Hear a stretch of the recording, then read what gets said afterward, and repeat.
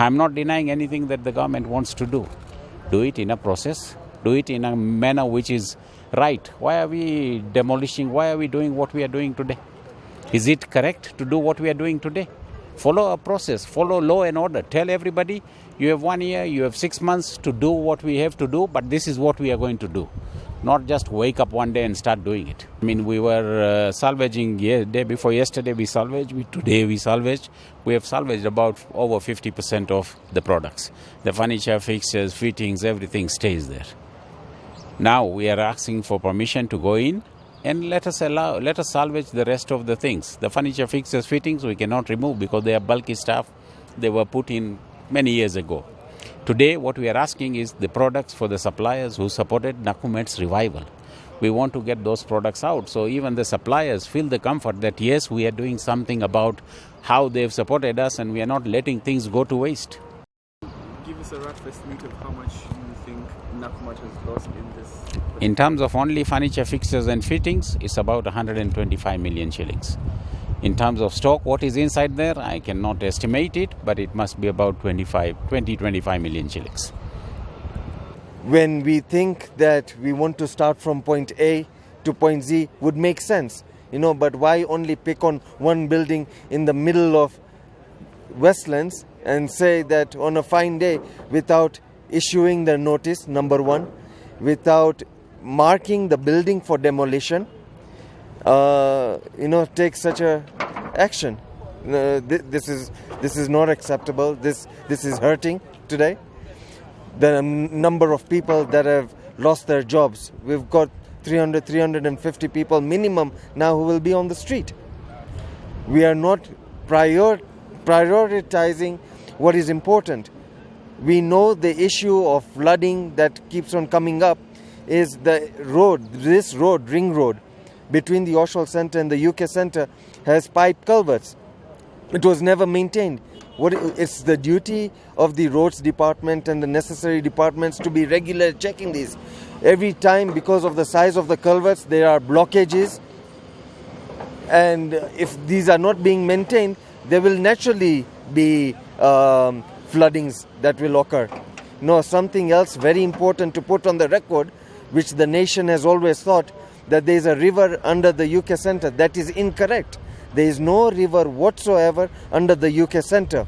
What we have is a stream, a canalized stream, which is behind the building. Okay? So, which is also a few meters away from the building. How many meters away? Because according to the... It should be, I don't know specifically, but that can be measured. If you remember or if you were present at the parliamentary meeting yesterday, all these approvals, all these plans were presented. So it was clarified. So we are aware that you moved to court.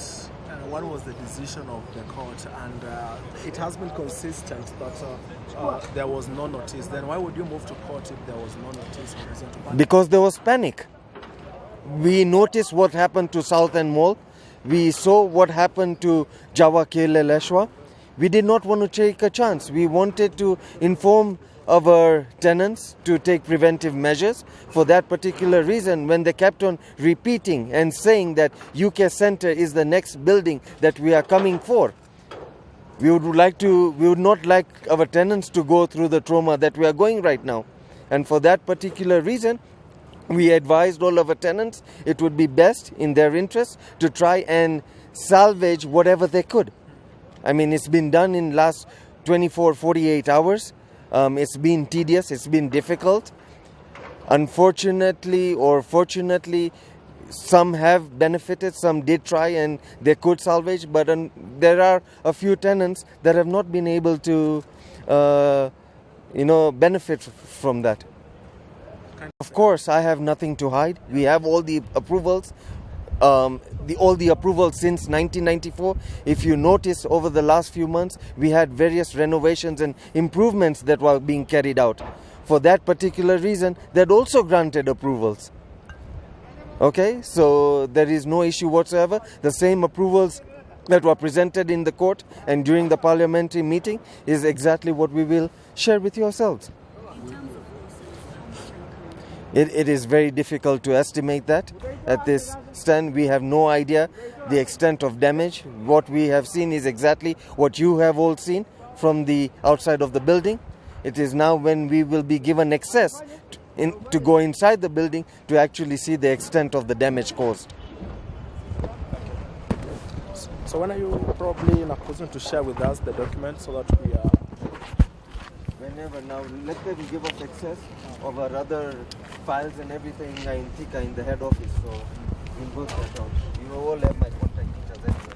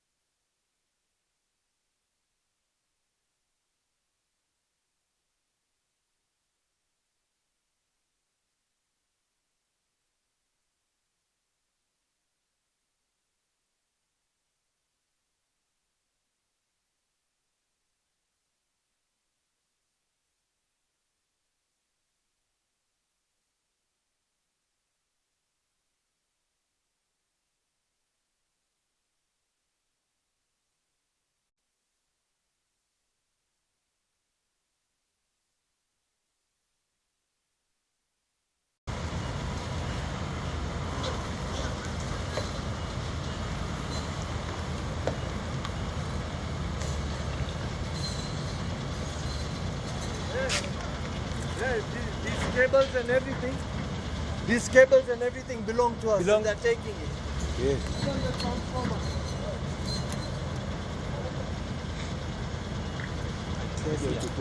Yeah. Number one, your wires are not in when I took up. You only get it. You only money. Yes. Your transformer is get it. How can you just come and take the transformer?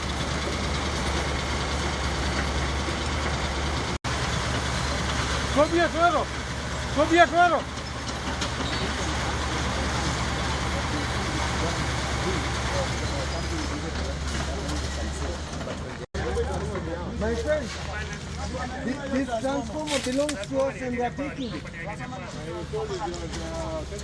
No. This is our property. No. We have it Kenya Power by ourselves. If you're metered by MP, but it remains Kenya Power property. Because even if it's cracked phone, the Kenya Power is supposed to recover. Do you have some sort of instruction or direction that you are allowed to come on this property to take this particular number? I think, sir, you should request for that information. I feel something is wrong somewhere. Because with this, they've started now also removing our cables. These cables and everything have been purchased with the renovations going on. How come they are taking these cables? There's something wrong. They have purchased it. Even this cable are ours. Then how can they just pick them up and start taking sites before they go away with this?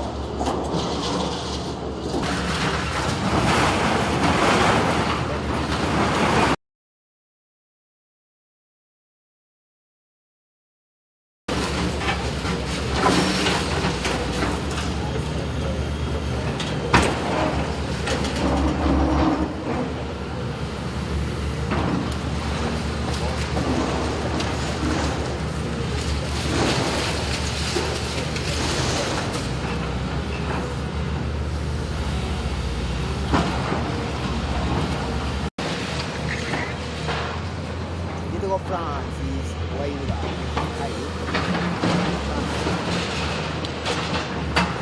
Yeah? Oh, niliweza ile.